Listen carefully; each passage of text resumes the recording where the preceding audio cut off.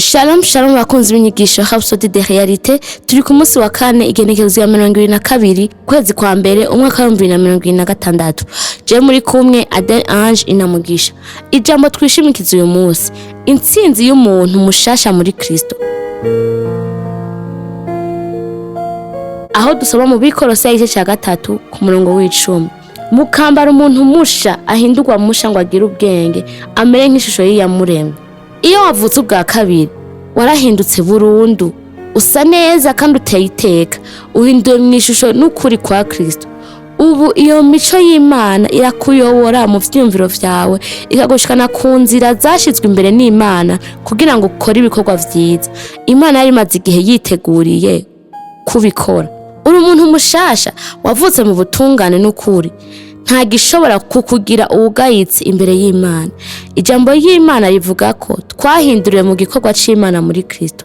Imana yaguhaye akarorero keza ngo wihangane, wikosore wowe nyene kandi ugerageze kuba mwiza ukwawe. Oya, waravuye muri Kristo, waracunguwe kandi urasubirwamo mu buryo bwuzuye. Nta kundi woshobora kuba mwiza ariko uri mwiza kuko uri muri Kristo. Uri umuntu mushasha, nturi umuraganwa w'ikibi. Oya, ahubwo uri kiremwa gishasha gitewe, gikoranye uruhara n'umugambi w'Imana. Uko urushiriza gusubirwamo mu muco wa Kristo, mu vyiyumviro, mu majambo no mu bikorwa, niko ubuzima bwawe bwuzura ubugingo bw'Imana kandi bugatuma ubaho kurikije ubutungane n'ukuri. Kandi usangiye kamere nyene ya Kristo, imeze neza, itagira akanenge, yuguruwe kandi yera. Nuko rero genda ubaye maso kuvyo uri muri Kristo, garagaza hose ubwiza, urukundo, ubukerebusi n'ukwizera kwa Kristo.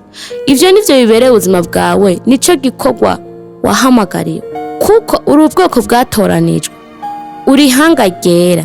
Imana yagushizeho ngo wamamaze ibikorwa vyayo vy'igitangaza. Wahamagariwe ubwiza n'iteka, kandi kamere yawe yo kubaho kwera iri muri wewe. Impwemu yiwe irakugaburira ibikenewe vyose kugira ngo ubone kubaho ubuzima bwera no gukorera Imana. Nta mpamvu nimwe yo kugira ngo wemere ubabare, gutsindwa, kwigaya canke icaha nk'ahari bisanzwe. Oya, wararemwe kugira ngo werekane iteka no kudasa kw'Imana muri vyose. Niwe yaguhamagaye uva mu mwijima akakugeza mu muco wiwe udasanzwe. Amen.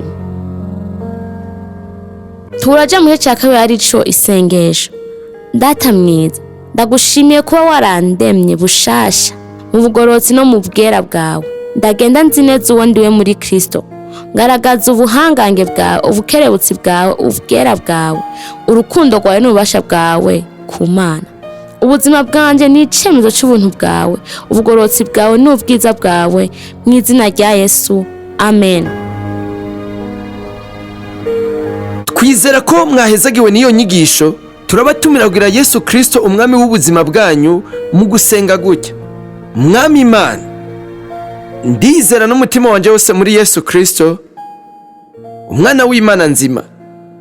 Ndizera ko yapfuye ku bwanje kandi ko Imana yamuzuye mu bapfuye. Ndizera ko ari muzima uyu munsi. Ndatuye n'akanwa kanje ko Yesu Kristo ari umwami w'ubuzima bwanje kuva uyu munsi. Biciye kuri we no mu izina ryiwe fise ubuzima budahera, ndi icaremwe gishasha. Ndagushimiye Mwami ko kijije umushaha wanje, ubu ndi umwana w'Imana. Aleluya! Turagukeje, ubu uri umwana w'Imana. Ukeneye impanuro zo gukura nk'umukristo, twakure kuri 61 40 ubusa 14.